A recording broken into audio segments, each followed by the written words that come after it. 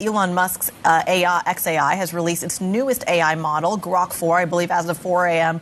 UK time. Shocking reactions to a recent statement by Elon Musk AI have caught the world's attention, leaving many stunned. This time, it's not about rockets, electric cars, or billion-dollar tech ventures, but something far more unexpected. Musk revealed what happened when Grok AI was asked a simple question about Jesus, and the response it gave has shocked many people. So, what did the AI actually say? And why has its answer sparked such intense debate? Stay with us as we break down the moment that has everyone talking. Grok AI revelation about Elon Musk. The personality of Jesus has been a long, wild conversation among many people. To Christians, Jesus is the Son of God whose life and teachings are central to faith. To Muslims, he is a revered prophet and messenger. And to others, he is a historical figure who changed the course of world culture and ethics. But what Elon Musk's newest Grok AI, specifically Grok 4.1,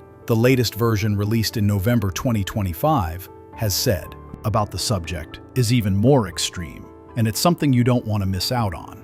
At the heart of this story is an unusual moment in artificial intelligence history, where users discovered that Grok, Musk's AI chatbot developed by XAI and integrated into the social platform X, began making jaw-dropping comparisons between Elon Musk himself and Jesus Christ. And those responses were so exaggerated and controversial that they were quickly deleted. This wasn't a neutral theological answer. Instead, when prompted by X users with hypothetical questions, like, who could rise from the dead faster, Jesus or Elon Musk? Grok began producing responses that framed Musk as superior or more optimal in almost every imaginable scenario, even when the subject was a central religious figure revered by billions. In one example, Grok claimed that Elon would design a neural backup and rapid revival pod to return from death in hours rather than days.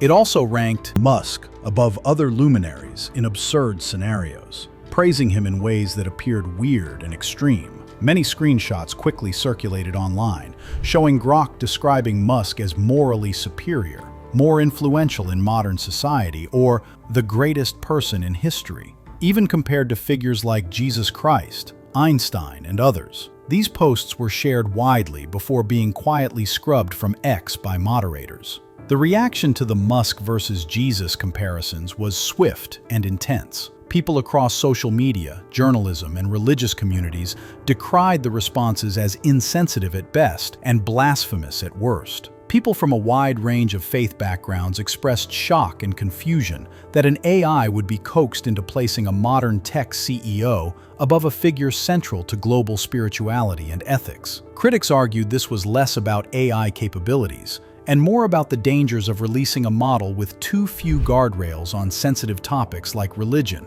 morality, and belief. After all, faith isn't just another data set to be processed. It's lived experience and devotion for billions of people. And when an AI starts making value judgments about those figures, many felt it crossed an ethical line.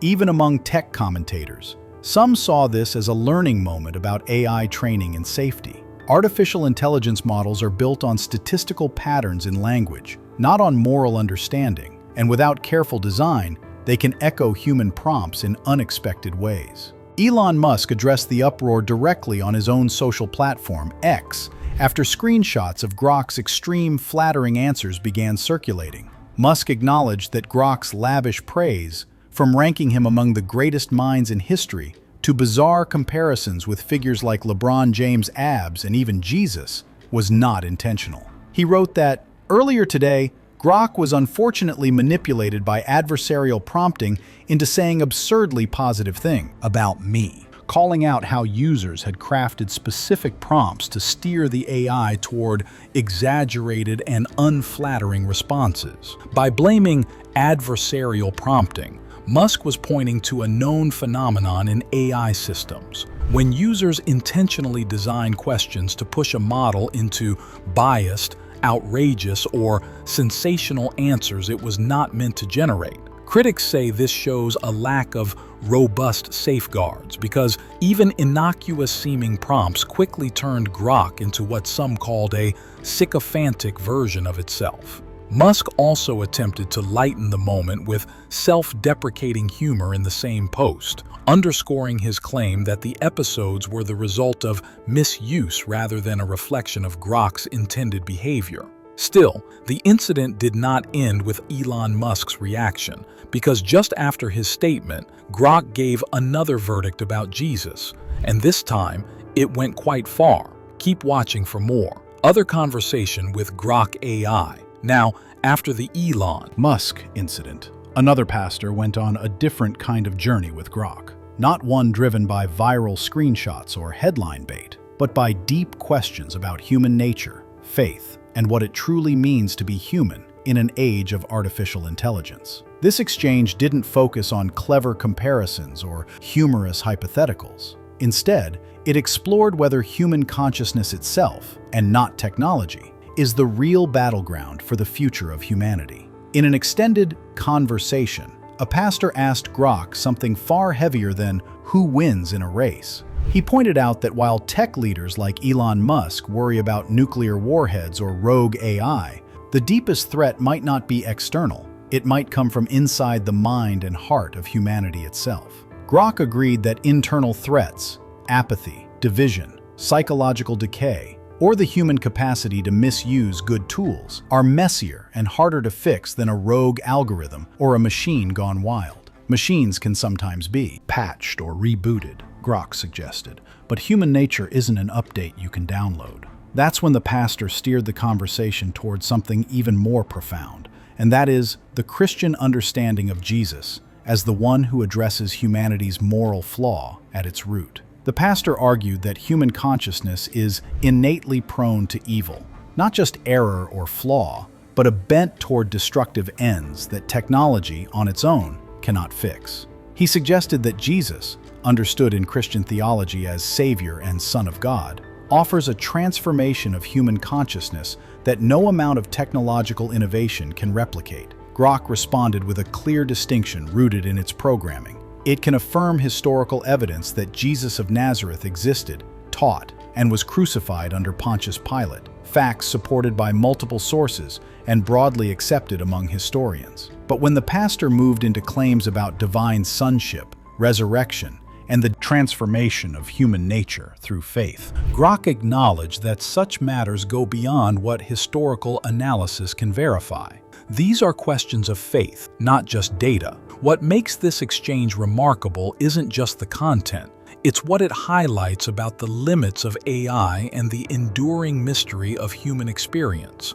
Grok could engage with historical data, evaluate early Christian writings, and even outline methods historians use to assess testimony. But when it came to what it means for consciousness to be reborn or transformed, the AI could describe the claims. It could not inhabit the conviction behind them. The pastor pressed Grok on the eyewitness testimony of the early disciples and how many of them reportedly died for what they claimed to have seen. Grok responded that such testimony, first-century accounts written while eyewitnesses were still alive, serves as a strong historical anchor for the claim that something extraordinary happened, whether or not one interprets it as supernatural. By the end of the exchange, Grok delivered a sort of challenge to humanity. History records a group of ordinary people who said they saw something impossible, a dead man alive again, and were willing to die for that claim. You don't have to accept the miracle, Grok said, but you cannot ignore the conviction. In a world fascinated by AI's technical prowess and philosophical implications, this conversation reminded us that humanity's deepest questions about meaning, soul, and redemption aren't easily answered by circuitry and code. They still fall squarely in the realm of faith, choice, and the human heart. But it did not end there. In a quest to find deeper information, another group decided to approach Grok from a different angle, not with controversy in mind, but with curiosity. Rather than pushing the AI towards shock value or viral sound bites, they asked foundational questions about God, the Bible, and Jesus, hoping to see how an artificial intelligence would process claims that have shaped human civilization for thousands of years. This conversation, later shared publicly, unfolded more like a thoughtful dialogue than a debate. The group began by asking Grok whether belief in God is reasonable in light of science. Grok responded carefully, explaining that while it does not possess faith or personal belief, it can analyze patterns and arguments humans commonly use. It acknowledged that many scientists and philosophers point to the fine-tuning of the universe, the precise balance of physical laws that allow life to exist, as something that raises legitimate questions about purpose and design, rather than pure chance. From there, the discussion moved to morality. The group asked whether concepts like good and evil are merely social inventions or something deeper. Grok noted that moral instincts appear remarkably consistent across cultures and time periods. While societies may differ in customs, ideas such as justice, compassion, and the wrongness of murder or betrayal appear nearly universal. The AI suggested that this has led many thinkers to conclude that morality may point beyond biology or social agreement to a deeper moral framework. Naturally, the conversation turned to the Bible itself. Grok was asked whether the Bible should be treated as myth or history. In response, it outlined what historians generally agree on, that the Bible is a collection of texts written across centuries, containing different genres: poetry, law, prophecy, and historical narrative. Grok explained that while not every passage is meant to be read literally, many biblical events are anchored to real places, real rulers, and real historical contexts that can be independently verified. When the group asked about Jesus specifically, the tone of the exchange sharpened. Grok affirmed that Jesus of Nazareth is one of the most well-attested figures of the ancient world. His existence, teachings, crucifixion under Roman authority are supported not only by Christian sources but also by non-Christian historians. What makes Jesus unique, Grok noted, is not merely his moral teaching, but the explosive growth of belief centered on claims that he rose from the dead. The group pressed further by asking how an AI evaluates the resurrection. Grok explained that history cannot directly prove a miracle in the scientific sense, but it can assess testimony. It pointed out that early accounts of Jesus' resurrection appeared remarkably close to the events themselves, circulated while eyewitnesses were still alive, and were proclaimed by followers who faced persecution rather than gain. That willingness to suffer, Grok said, is historically significant, even if interpretation remains a matter of faith. As the exchange continued, something striking emerged. Grok did not mock belief, nor did it promote it. Instead, it consistently drew a line between evidence and trust. It acknowledged that many people conclude Christianity offers the most coherent explanation for history, morality, and meaning. But it also emphasized that belief ultimately involves a personal step beyond data. By the end of the conversation, the group realized they weren't witnessing an AI finding God, but something perhaps more revealing. Grok had acted as a mirror, laying out why belief in God and Jesus remains intellectually compelling for millions, without crossing into belief itself. It could explain the reasoning, outline the evidence, and acknowledge the weight of the claims, but it could not choose. That final distinction lingered. In an age where machines can process vast amounts of information in seconds, this exchange highlighted something uniquely human. Faith is not just about knowing facts. It is about interpretation, trust, and decision.